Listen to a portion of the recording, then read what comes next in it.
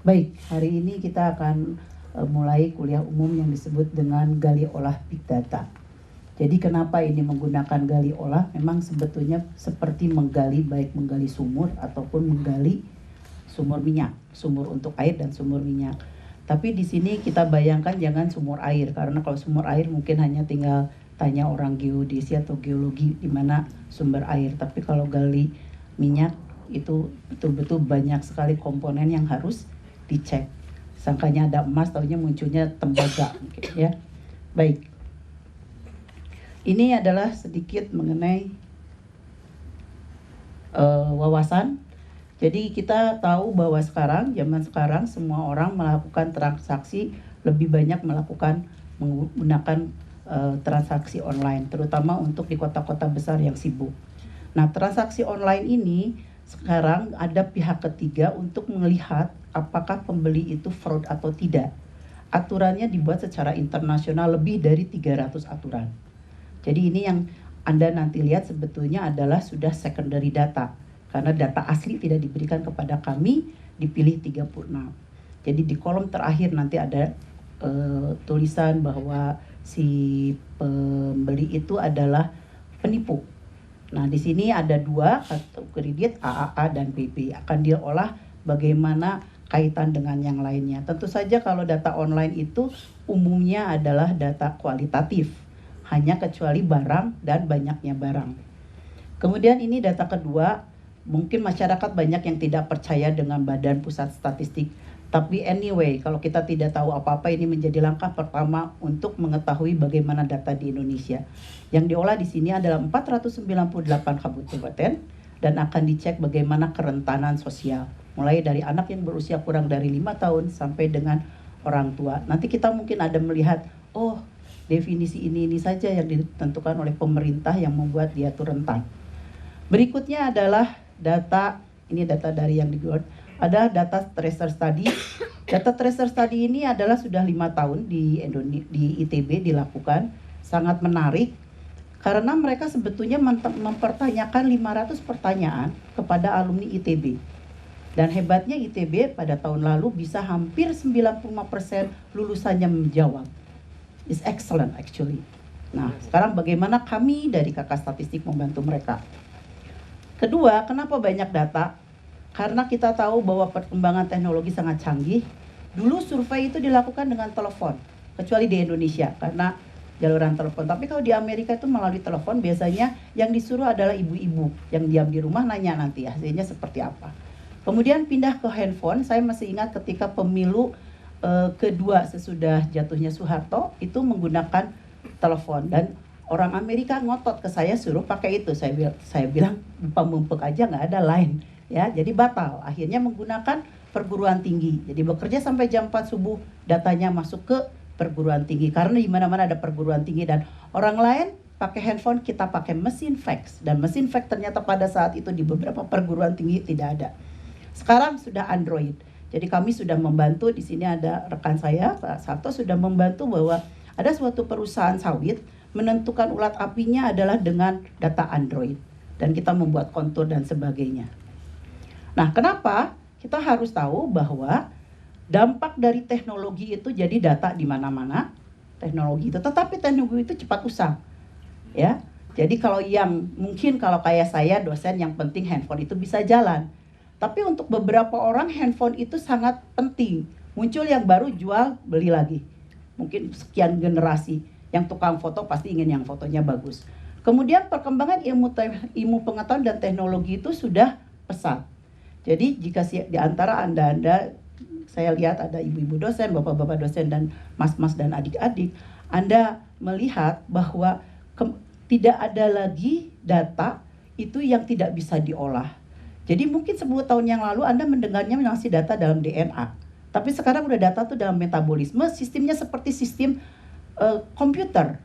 Jadi rusak di mata pasti bisanya ke kepala, rusak dari mata bisa juga kaki akibatnya.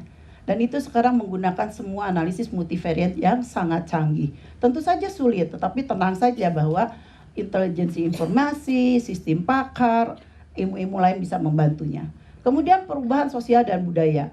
Mungkin buat dosen, handphone itu bukan prestise, mobil itu bukan prestise, Tetapi buat beberapa kelompok itu adalah prestise. Kemudian keinginan masyarakat yang berbeda-beda. Makanya kenapa banyak orang yang tetap ada online, tetap pesan baru penuh. Bagaimana dengan big data? Nah, big data itu kesulitannya adalah semakin banyak jenis dari datanya. Nah, seringkali kalau kita membaca buku-buku hanya membagi dalam dua, yaitu data kualitatif dan data kuantitatif dan kualitatif. Sebenarnya minimal ada 5 data. Yang kualitatif itu dia harus dibedakan, misalnya seperti agama, menikah atau tidak menikah, perempuan, bekerja atau tidak bekerja, itu adalah nominal. Anda boleh mengcoding dengan apa saja.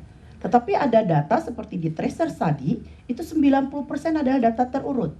Mulai dari yang diajarkan oleh ITB tidak sesuai dengan dunia bekerjanya sampai sangat sesuai. Jadi itu hal yang dibedakan. Kemudian ada data kuantitatif, biasanya terkecoh antara data terurut dengan banyaknya. Jadi kalau Anda suka naik angkot itu tidak tahu ibu-ibu sebesar saya masuk atau tidak, pokoknya kanan 6, kiri 6, kanan 5. Sehingga ada yang gadis yang sekecil, misalnya Bumia harus dipangku oleh 2 penumpang yang lain. Itu kan suka naik angkot nggak? Ngotot kan? Kiri 6, kanan 5. Nah, seperti itu. Kemudian data kontinu adalah seperti tinggi badan, berat badan. Tapi yang sering lupa adalah ada data rasio. Nah, data rasio itu selalu dianggap sebagai data kontinu, tentu saja.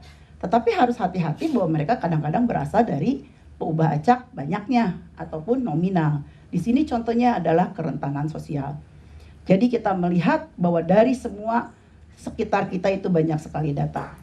Nah, apa yang dimaksud dengan data mining? Dari katanya itu kita tahu bahwa itu kata kerja, menggali. Nah, kalau Tufari pada 2011 itu dengan eksplisit mengatakan sebetulnya itu adalah apa yang selalu dilakukan di bidang ilmu statistik, yaitu mengeksplorasi atau mempelajari data lalu menganalisisnya. Nah, kemudian Laros pada tahun 2014 dia agak mengembangkan sedikit, yaitu dia sebetulnya menguak data itu untuk melihat, bahasa sederhananya adalah pola dan tren. Mungkin kalau yang suka belajar time series tahulah tren, ada waktu gitu ya. Kemudian pola adalah mungkin suka lihat korelasi, kemudian data sinusoidal dan sebagainya. Nah, ini dari data yang besar. Lalu nanti kita lihat apa aja yang dilakukan oleh Laros. Ini salah satu contoh, saya memotivasi mungkin para dosen di sini, memotivasi juga bahwa di ITB itu canggih juga. Saya juga kaget ya, saya pribadi. Anda bisa lihat di sini ketika tracer study dilontarkan itu hanya sekitar 800 sekian dari 2000 sekian alumni. Tetapi berikutnya hampir meningkat dengan drastis. Kalau mahasiswa ITB yang diajarkannya cukup hampir sama, tetapi berikutnya sangat tinggi. Jadi yang biru itu menunjukkan plot yang biru itu, yang biru ini menunjukkan data mahasiswa, yang ini, dan ini adalah kenaikannya. Baik, ini adalah melihat pola. Jadi ini adalah kerentanan sosial di mana sumbu mendatang adalah banyaknya penduduk yang miskin dan sumbu tegak adalah banyaknya penduduk yang bukan pengguna listrik. Jadi kerentanan itu bagi pemerintah Indonesia adalah orang yang masih pakai cempor. Saya nggak tahu cempor itu bahasa Indonesianya apa, lampu di dinding. Kalau lampu lilin nanti kebakaran. Jadi bentuknya menarik. Mungkin sering belajar fungsi, ini biasanya cocoknya adalah distribusi bivariate Weibull, ujungnya Ticktail. Nah, bagaimana dengan variabel yang lain, yaitu penduduk usia? Bayangkan yang lebih besar daripada usianya lebih dari 5 tahun, tapi dia tidak sekolah atau maksimum SD, itu definisinya. Jadi mungkin di sini semua ada yang S2, ada yang S1. Itulah negeri kita tercinta ya, usianya di atas 15 tahun, tetapi presentasinya itu cukup banyak juga. Nah, berikutnya yang sumbu tegaknya itu ada dibandingkan dengan penduduk yang lanjut usia, karena di sini lebih besar dari 15 tahun. Nah, ternyata distribusinya mungkin Anda mengenal adalah agak sedikit elips, tapi di tengah yang banyak, pasti otak kita larinya, ini sih distribusi bivariate normal. Nah, sementara yang diajarkan kan seringnya ini ya. Oke. Nah, ini berkaitan dengan yang disampaikan oleh Laros. Laros menyampaikan apa? Bahwa di dalam data basis data itu ada beberapa langkah sebetulnya. Jadi apa tujuannya? Jadi kita tentukan dulu tujuannya. Lalu mempersiapkan data. Nah, mempersiapkan data itu macam-macam.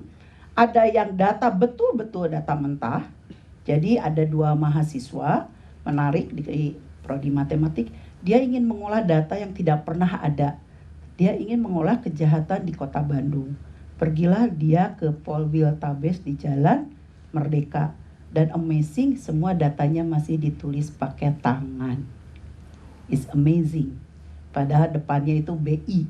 Minta duit aja ke BI kayaknya bisa dibuatkan sistemnya ya. Nah, jadi itu juga persiapan data. Jadi dia harus mengetik, dia harus nanya bolak-balik seperti itu. Kemudian bagaimana menggali data? Saya lebih banyak di 2, 3, dan 4 nanti penjelasannya. Dan terakhir adalah konsolidasi dan mengaplikasikannya tentu saja. Nah ini ya jadi apa yang akan diolah, akan dijelaskan oleh saya di sini. Kok ininya jadi gini. Oke. Yang akan Nah di gali olah ini saya akan membatasi, tidak akan menggunakan metode ANOVA yang mungkin banyak dikenal, tidak akan menggunakan analisis regresi, tidak juga menggunakan analisis korelasi, karena saya ingin menunjukkan bagaimana beauty of matrix. Ya, mudah-mudahan saya tidak salah menjelaskannya karena sudah lama tidak menerangkan matriks. Saya batasi adalah analisis korespondensi, komponen utama dan klaster. Analisis korespondensi itu akan dikaitkan dengan data online. Saya nyebutnya contoh 1.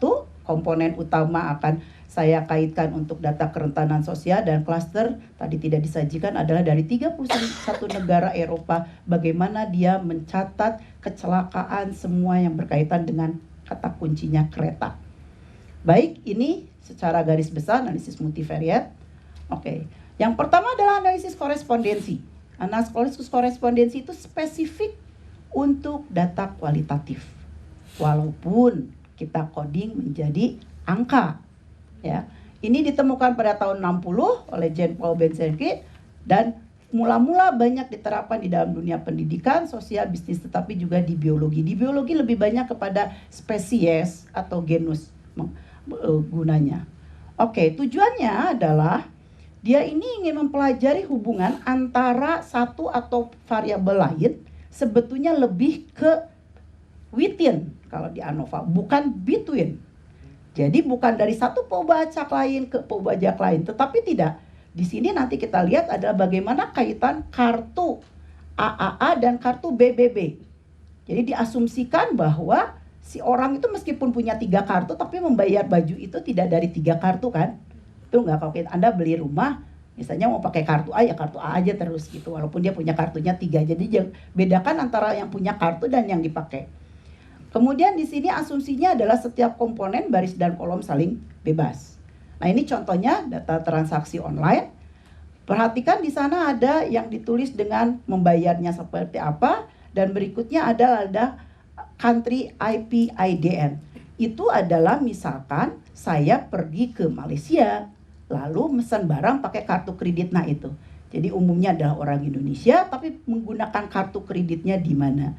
Kenapa? Kita ingin tahu apakah yang membeli itu lebih patuh di negaranya sendiri atau lebih patuh di negara lain. Oke, ini ya. Jadi ini apa yang akan kita lihat. Baik. Nah, langkah daripada Laros itu tadi menyatakan ada 4 langkah. Apa tujuannya? Jadi di sini saya ingin tujuannya adalah menggambarkan hubungan jenis kartu dengan negara IP IDN. Ya, di dalam 2 dimensi. Mempersiapkan datanya, tentu saja membersihkan data tidak kami lakukan. Karena kami disuplai oleh pihak ketiga itu. Jadi mereka bertanya, tim ini butuhnya apa? Maka dikembalikan kepada kami. Kemudian kami memilih data yang akan diolah, lalu mengkode ulang. Ini adalah yang tadi. Bagaimana kartu yang AAA itu kita keterapan ke 1 dan kartu BB kedua. Dan kita menganggapnya sebagai variabel X. Nanti di dalam tabelnya menjadi variabel acak baris untuk memudahkan dan menghemat kertas halaman. Kemudian negara IPDN-nya dibagi dalam 6, mulai dari Indonesia, Amerika, kemudian Australia, Asia lain, Eropa, dan sisanya. Sehingga variabel acaknya 1, 2, 3, 4, 5, 6. Ingat 1, 2, 3, 4, 5, 6 ini bukan data terurut. Anda boleh saja Indonesia pengen dikasih 6, terserah. Ya, hati-hati. Karena yang 1, 2 mungkin tahu, oh iya ini nominal. Ini juga nominal. Ya. Nah, kemudian nanti langkah 4-nya menggalinya. Ini yang kita gali. Nah, satu hal yang sering kali saya hadapi adalah sering kali orang melupakan kalau riset ataupun mengolah data inginnya langsung yang advance-nya.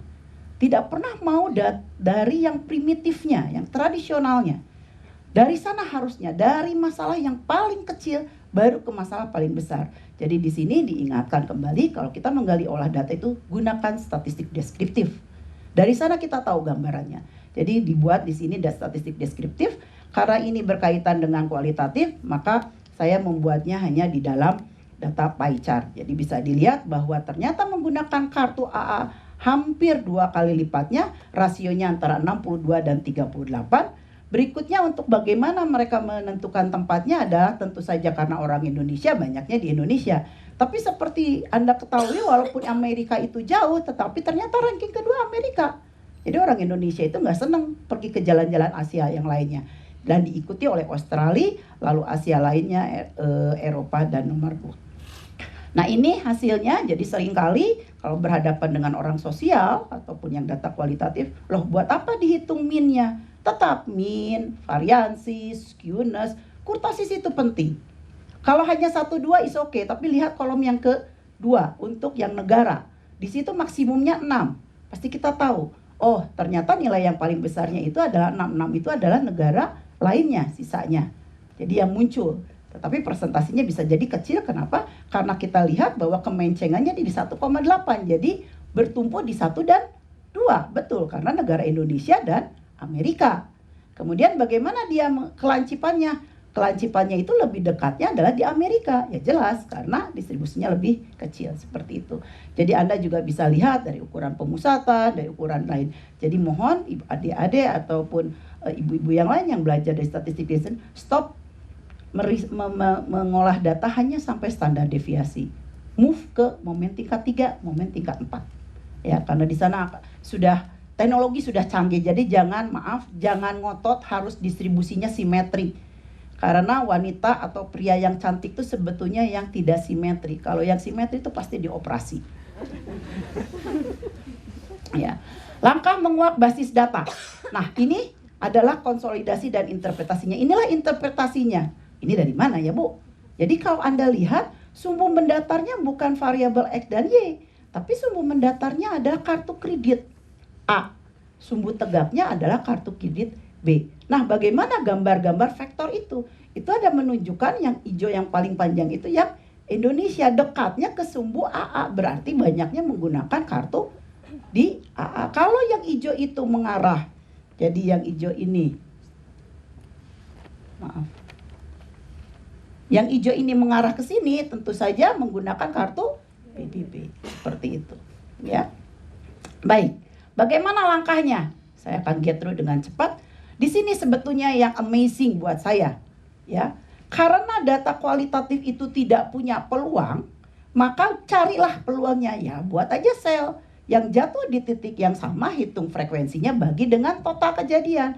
Jadi dibuatlah yang disebut dengan data tabel kontingensi. Nah, kenapa saya menulis sumbu baris itu kartu? Karena hanya 2 baris. Kalau Anda tidak suka, lebih suka menulis ke bawah, ya silahkan. Yang kolom kedua ini hanya untuk memudahkan dalam presentasi. Nah, kalau Anda lihat, nah dari sini sebetulnya kita bisa mendapat informasi yang cukup banyak dari sini. Minimal kita punya distribusi gabungan, distribusi marginal, dan distribusi bersyarat. Baik, ini sebetulnya yang disebut dengan distribusi marginal. Tidak lain adalah sebetulnya histogram untuk masing-masing. Jadi ini tentu saja untuk kartu dan ini untuk negara IPDN. Nah, tetapi yang kita olah di analisis korespondensi bukan itu. Yang kita olah adalah yang berikutnya. Jadi saya ingin membuat distribusi bersyarat. Jadi ini kita lihat hal yang sama tetapi sudah berupa frekuensi relatif. Jadi dibagi dengan yang semua. Nah, yang kita butuhkan adalah ini sebetulnya. Jadi saya membangun 2 distribusi bersyarat masing-masing untuk kartu A dan kartu B. Dapatlah suatu distribusi. Jadi kalau Anda hitung nanti masing-masing membangun suatu distribusi tertentu. Inilah apa maksudnya? Oke. Ini adalah maksudnya kalau kita gambar seperti ini. Jadi adalah nilai-nilai dari frekuensi itu adalah menunjukkan panjangnya. Jadi itu ada sumbu mendatar. Kalau Anda lihat ini sumbu mendatar. Sumbu mendatar ini adalah panjangnya. Jadi ini kalikan 10 pangkat min 2. Ini adalah panjangnya jadi 0,439. Ini adalah 0,081 dan seterusnya. Saya buat sebagai sumbu mendatar. Jangan lupa sumbu mendatar itu apa? Kartu AAA. Kemudian yang satu lagi adalah untuk sumbu tegak. Saya gambarkan tegak, sebetulnya gambar yang sebenarnya sih mendatar. Saya buat tegak seperti ini. Ini adalah sumbu tegak. Nah, maka apa yang kita dapatkan? Sebetulnya kita akan mendapatkan gambar seperti ini. Ya, jadi kita mendapatkan seperti ini gambarnya. Oke. Nah, sebetulnya dari sini kita juga bisa mempelajari apa yang dimaksud dengan fungsi peluang bersyarat untuk kebalikannya, yaitu untuk negara. Nah, tetapi kita sulit menggambarkan bagaimana 6 sumbu saling tegak lurus. Bukan tidak bisa ya. Gitu. Jadi Anda jangan kaget. Mungkin suatu saat kita jadi kayak penduduk avatar. Di negara sebenarnya lumpuh, tapi di avatarnya dia hero. Ya, bisa terbang dan sebagainya. Jadi nanti mungkin di sini saya gemuk, kali di Mars saya jadi kurus. Ya. Baik. Nah, alur kerjanya saya tidak terlalu lama di sini karena waktunya sudah tinggal setengah. Nah, di sini alur kerjanya adalah dalam matriks. Jadi nanti penyaji berikutnya akan menyampaikan. Kita membuat matriks P, di mana P itu 2 kali 6. Kemudian dari masing-masing yang baris, itu sebetulnya kita mendapatkan vektor. Tapi seperti biasa, hukum perkalian matematik harus dipenuhi, maka kita membuat matriks diagonal, ukuran 2 kali 2. Demikian juga untuk matriks kolom, maka kita menggunakan matriks diagonal untuk yang kolom. Nah, lalu kita akan membuat perkalian, Anda bisa lihat di sini, ya ini agak sedikit menjelimet, tapi sebetulnya tidak. Kalau yang di antara hadirin itu biasa mengenal dengan tabel Q kuadrat, ini yang tengah ini adalah sebetulnya Q kuadrat. Ini adalah observasi, ini adalah expected, yang tadi diasumsikan bahwa saling bebas. Jadi harusnya menjadi perkalian, ini sebetulnya ini. Ini adalah akar dari yang ini, akar dari ini, yang akar yang sebelumnya. Dapatlah suatu matriks ukuran 2 kali 6. Lalu seperti biasa menghitung sum of square dan sebagainya. Ya, 2. Dan kita mendapatkan di sini nilai eigen, ya. Hasilnya seperti ini. Tentu saja ini secara analisis aljabar linear, ini pasti salah satunya itu dijamin 0. Di salah satu pekerjaan mahasiswa S3 saya membuktikan bahwa ini salah satunya pasti 0. Lalu dia membangun diakarkan. Kemudian dia lakukan hal yang sama untuk nilai lambda yang lain. Lalu dia hitung vektor eigen dan matriks eigennya dan seterusnya. Lalu dia nanti melakukan perhitungan. Saya ini dengan cepat ya, tanpa pembulatan. Kemudian nanti dibuat oleh dia, di sini ada pembulatan. Akhirnya mendapatkanlah satu kolom untuk si AAA. Ini untuk kartu AAA ya. Nah, berikutnya adalah itu untuk yang kartu BBB. Dapat.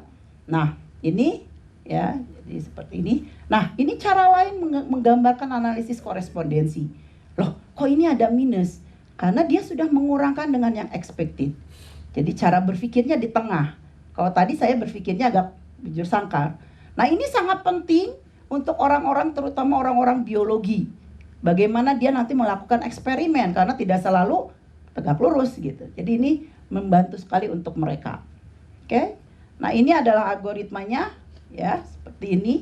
Jadi bagaimana menghitungnya. Nah, apa yang ingin saya tunjukkan di sini, ini adalah penemuan dari tim yang kalau menghitung, Anda mungkin masih ingat sigma x i min x bar dikuadratkan dengan menghitung sigma x i min x bar itu melalui sigma x i kuadrat dikurangi jumlah total dikuadratkan bagi n itu di sini. Jadi ini tugas orang-orang sebetulnya yang tahu bahwa di lapangan itu berbeda, ya. Baik. Oke, ini mungkin dilewat ya. Nah, sekarang kita melihat ke yang berikutnya adalah analisis komponen utama. Namanya juga komponen utama. Jadi ada yang diutamakan, ada yang tidak. Ya, di sini. Ya, jadi tapi kalau ke anak jangan jadi utamakan ya. Jadi harus adil gitu ya. Kalau di sini kenapa? Karena kadang-kadang orang ingin mencari kesederhanaan.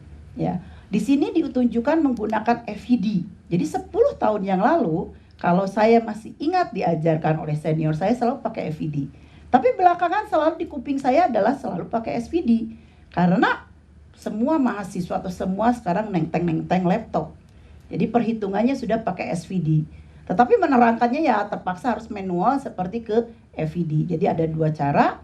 Nah, ini dibuat sebetulnya jauh berbeda dengan analisis korespondensi.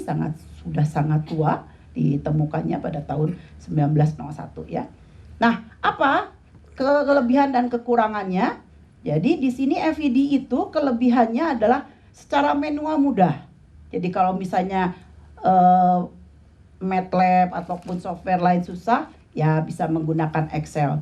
Tetapi yang menjadi kendalanya adalah matriks yang kita dikomposisikan di tengahnya itu harus bujur sangkar, kemudian secara numerik lebih lambat ternyata. Nah ini memang bukan tugas dari bidang matematik biasanya ya, itu adalah dari programmer biasanya. Kemudian kalau SVD apa? Ya kebalikannya, dia mempunyai matriks tengahnya bisa sembarang. Kemudian dia entry matriksnya itu otomatis nilai eigennya tidak usah harus dihitung, otomatis ada di sana. Kemudian secara numerik lebih cepat. Nah, yang menarik SVD itu adalah bisa dilakukan dengan komputer dengan cepat dan dia waktunya. Jadi sudah dibuktikan waktunya dengan cepat. Nah, apa yang dimaksud dengan analisis komponen utama? Ini ilustrasinya.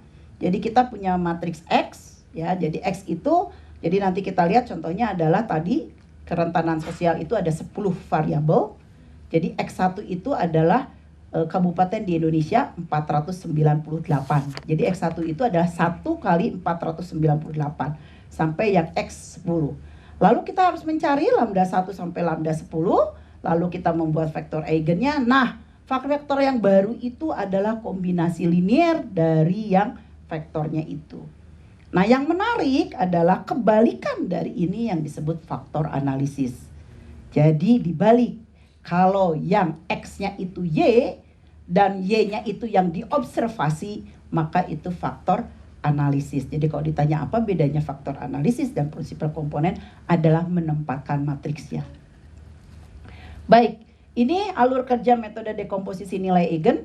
Kita harus menyiapkan suatu matriks N kali P, kemudian menstandarisasinya. Why? We have to standarisasi. Di data ini untung semuanya persen. Tapi kalau data kayak sumur minyak yang komponennya itu kadang-kadang sampai 36 satuannya beda. Jadi supaya dimensionless maka distandarisasi. Ya, jadi tidak berdimensi. Ya, di sini kebetulan semuanya sama. Kemudian menghitung eigen dan vektor eigen lalu mentransformasikannya. Ini contohnya ya. Jadi ini ada datanya. Jadi Anda lihat mungkin pengetahuan di sini adalah orang Indonesia menentukan yang rentan sosial itu yang usianya di bawah 5 tahun. Kemudian orang tua yang di atas 64, jadi dosen di ITB yang dari atas 64 itu tuh rentan secara sosial. Tidak tahu miskin atau cepat patah tulangnya, saya tidak tahu. Ya, jadi masuk ke situ. Kemudian penduduk yang perempuan, kenapa? Karena di beberapa daerah wanita yang menjadi kepala rumah tangga, tapi persisnya apa dimasukkan ke variabel keempat. Kemudian penduduk yang miskin, lalu penduduk usia di atas 15 tahun, kemudian juga usianya lebih dari 15 tahun tapi maksimumnya sampai SD, lalu rata-rata banyaknya anggota keluarga dan rumah tangga pengguna listrik, terakhir adalah laju pertumbuhannya. Nah, ini salah satunya. Jadi selain statistik deskriptif, Anda harus melihat, nah ini ada tanggung jawab kita bersama. You like or you don't like, Papua is belong to NKRI. Ini semua yang pencilan itu selalu dari Papua. Yang selalu. Anda bayangkan, lihat tabel yang ke diagram kotak titik yang ke 9. Itu Anda bayangkan jaraknya itu hampir 4 kali lipat. Ya, jadi 4 kali lipat dari yang lain.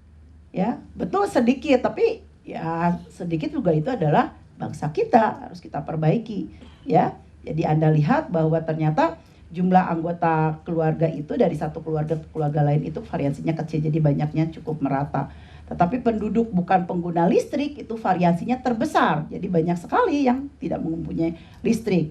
Kemudian pencilan-pencilan itu di negara Papua ya. Nah, apa yang menarik? Oke, saya akan ingin mengolah data yang ini misalnya ya. Oke, nah ini salah satu menyajikan data ya, bagaimana kita menyajikan data. Jadi biasanya diagram kotak titik itu di bawahnya dilengkapi dengan statistik deskriptif ya. Statistik deskriptif di mana minnya. Nah, kalau tadi masih ingat di contoh pertama itu data kualitatif ya, 1 2 1 2 3 4. Kalau ini enggak, persentase ya. Baik. Nah, bagaimana perhitungan atau algoritma analisis komponen utama? Lari lagi ke matriks ya. Jadi yang menarik adalah kita harus menghitung rata-rata dari setiap variabel acak atau setiap di sini persentase dari kerentanan sosial. Jadi ada 10, sehingga saya mendapatkan vektor ukurannya 1 kali 10. Ya. Kemudian seperti biasa, distandarisasi, dikurangkan, lalu dibagi N, sehingga saya mendapatkan suatu matriks dan dihitung seperti biasa matriks variansi kovariansi. Loh, kok bisa matriks variansi kovariansi? Karena kembali dia adalah berasal dari data yang bilangan kontinu rasio, ya. Baik, sesudah itu seperti biasa, I love eigenvalue, ya. Jadi pakai nilai eigen, lalu dicari lambdanya, ketemu V-nya, lalu yang dihitung adalah persentasenya. Ya. Jadi nanti kalau total nilai eigennya berdasarkan data itu pasti 100% karena dia menyerap 100% data. Ya. Jadi Anda nanti kita bisa lihat bagaimana menghitung persentase itu adalah lambda 1 dibagi total lambda 2 dan seterusnya. Ya, seperti itu. Nah, ini hasilnya. Jadi kalau Anda perhatikan yang penting itu yang kumulatif, yang kuning. Jadi yang penting itu adalah yang kuning ini. Nah, ya. Nah, biasanya kalau peneliti lab itu maunya di atas 90%. Jadi berhentinya di PC3. Tapi kalau biasanya praktisi cukup di P1 dan PC2 supaya gampang menggambarkannya. Ya. Nah, ini betul-betul faktor subjektif. Nah, Anda bisa lihat kalau dibuat grafiknya terjadi penurunan, ya. Tetapi ini bukan berarti konstan, ada penurunan sedikit-sedikit dari 0,994 sampai 0,99 datang. Jadi bertambahnya sedikit, hanya 5/1000, 2/1000 dan seterusnya. Baik. Nah, apa hasil aku itu? Sebetulnya bukan menghilangkan, tidak menghilangkan. Kita tetap membangun variabel lain yang dibangun dari variabel yang semula. Tadi saya sampaikan bahwa kita cobain 2 saja karena sudah lebih dari 80%. Jadi kita lihat bahwa kombinasi linearnya ini aslinya seperti ini. Ya, ini dibulatkan dengan 3 desimal dan yang Y2 seperti ini. Jika kita berbicara 3 desimal. Nah, tapi yang menarik kalau kita mau yang cepat, kadang-kadang praktisi kan pengen cepat-cepat juga. Kalau saya mainnya 2 desimal, ternyata di sini ada yang hilang. Yaitu variabel yang ke 8 dan variabel yang ke 1. Bukan artinya tidak diukur ya, bukan artinya tidak diukur. Baik, ya. Seperti itu. Oke. Nah, ini jadi dapat persamaannya. Oke. Analisis cluster. Analisis cluster itu lebih ke individu. Ya, bukan ke variabel, bukan yang diukur pada individu. Ini analisis cluster itu adalah suatu analisis yang untuk mengkategorikan, ya. Nah, di sini kita mengambil ini alur kerjanya, ya. Jadi kita harus membangun seperti ini. Nah, ini algoritmanya matriks lagi, ya, kembali ke matriks lagi, tapi di sini agak menarik. Menggunakan definisi jarak. Saya bandingkan 2, yaitu Euclidean dan maksimum, ya. Jadi ada jarak, nanti yang tengahnya jaraknya pasti 0 ya, karena terhadap dirinya sendiri. Dan matriksnya pasti matriks simetri. Nah, saya mau ambil matriks yang bawah ini pakai single linkage supaya sederhana. Nah, ini hasilnya, ini datanya, lalu yang kedua distandarisasi, ya. Nah, ini perkaliannya, ya. Ini penulisan matriks sebetulnya hanya mengkuadratkan elemennya. Nah, inilah kita dapat seperti ini, ya. Abaikan segitiga yang atas, tapi kalau Anda ingin lebih suka yang atas silahkan. Jadi kita dapatnya matriks ini. Nah, kita lihat negara yang paling dekat mana? Ya, ternyata negara yang paling dekat itu adalah Bulgaria dan Ceko. Jadi itulah kelas yang pertama. Kemudian Anda bisa memilih Bulgaria atau Ceko untuk langkah berikutnya. Kita di sini pakai yang Ceko. Nah, ketika Ceko kita lihat baris yang Ceko itu terhadap Polandia dan Prancis, ternyata paling dekat Perancis. Jadi saya mendapatkan klaster yang kedua, tapi elemennya hanya 1. Nah, berikutnya sisanya pasti Bulgaria, seperti itu. Ya, ini langkah kerjanya. Sebelah kanan itu adalah gambar-gambarnya, bagaimana mengklasternya. Nah, cara yang lain dari Chebyshev, ini yang menjadi challenging. Jangan dianggap bahwa selalu maksimum. Ini hanya contoh di buku. Kalau Anda suka maksimum kedua, silahkan. Anda suka median, silahkan. Anda kuartil atas, silahkan. secara komputasi no problem. Ya, ini hanya sebagai contoh ya. Oke, ini hasilnya berbeda ya. Oke, ini hasilnya berbeda. Nah, bagaimana dengan data kecelakaan yang di Eropa yang tadi saya sampaikan bahwa tahun 2014 ini di-download ya, itu terhadap 31 negara. Nah, hasilnya seperti ini. Oke, seperti biasa dibuat diagram kotak titik karena sudah distandarisasi, jadi min-nya hampir sama. Lalu ini hasilnya, kemudian kita mendapatkan jarak Euclidean, hasilnya seperti ini. Nah, ini kita compare, yaitu Euclidean antara jarak dengan Chebyshev. Diperhatikan bahwa negara Jerman selalu berbeda dia sendiri. Secara sejarah memang beda, karena beberapa negara Eropa asalnya adalah satu tempat, sehingga ketika dikategorikan sama. Ini yang menarik, di klaster itu yang menarik harus kembali ke sejarah. Kalau di biologi dilihat dari sejarahnya, ya. Jadi jangan kaget. Jadi nanti kalau banyak sekali di Indonesia ingin jadi provinsi sendiri, ya akan begitulah sejarahnya. Jadi mungkin nanti Cimahi menjadi provinsi sendiri, ya. Oke, nah ini clustering hierarki lainnya, ya kami coba. Nah ini tabel yang terakhir membandingkan membacanya adalah klaster 1, klaster 2 sampai 4, dan yang kolom yang ini adalah menunjukkan cara singgih masing-masing. Anda bisa lihat hasilnya berbeda, ya. Nah, mungkin untuk politikus itu ini yang penting. Mana yang sesuai dengan yang diharapkan. Nah, makanya kalau sebagai ilmuwan kasih aja semua menu. Jangan. Ini, tapi kalau ditanya kayak di restoran paling enak makannya di sini apa? Ini. Nah, nanti kalau ditanya menurut Anda sebagai ilmuwan yang paling bagus apa? Ini. Karena metodenya ini. Seperti maksimum, kelemahan maksimum itu informasinya tidak melibatkan semua. Tapi kalau jarak Euclidean melibatkan semua. Ya. Secara manually susah nyari maksimum, itu harus diurutkan. Oke? Ya. Nah, itu ya, jadi catatannya, ini konklusinya. Ya, ini terakhir ucapan terima kasih. Jadi ini adalah pekerjaan bukan saya, adalah pekerjaan teamwork. Jadi adalah mahasiswa Bu Nisa, kemudian mahasiswa saya kebetulan sedang di Australia, Irlandia, kemudian ada mahasiswa lulusan matematik sekarang S3 di TI, dan Mila Isti ini adalah tingkat 4. Terima kasih.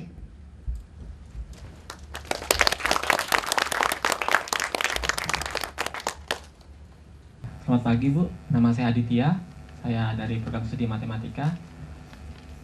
Saya kan karena bukan orang statistik, saya penasaran itu dengan istilah matriks distandarkan agar tidak berdimensi gitu. Maksudnya apa Bu agar tidak berdimensi? Jadi setiap misalnya berat badan dan tinggi badan ya Pak ya, X-nya berat badan, Y-nya tinggi badan. Distandarisasinya itu adalah dipusatkan dulu, dikurangi rata-rata, jadi akan di tengah, di 0. Lalu dibagi standar deviasi, yang atas kilogram, yang bawah kilogram hilang. X bar, XI min X bar per S per standar deviasi. Kilogram kurang kilogram bagi kilogram. Makanya tidak bisa pakai variansi, harus pakai standar deviasi. Jadi kalau kita tahu kenapa sih belajar standar deviasi, sebenarnya bukan belajar standar deviasi, belajarnya itu variansi ya. Tapi dipakainya akarnya supaya dimensinya hilang. Oke, pemirsa tidak ada pertanyaan lagi, kita beri aplaus kembali kepada pemirsa kita.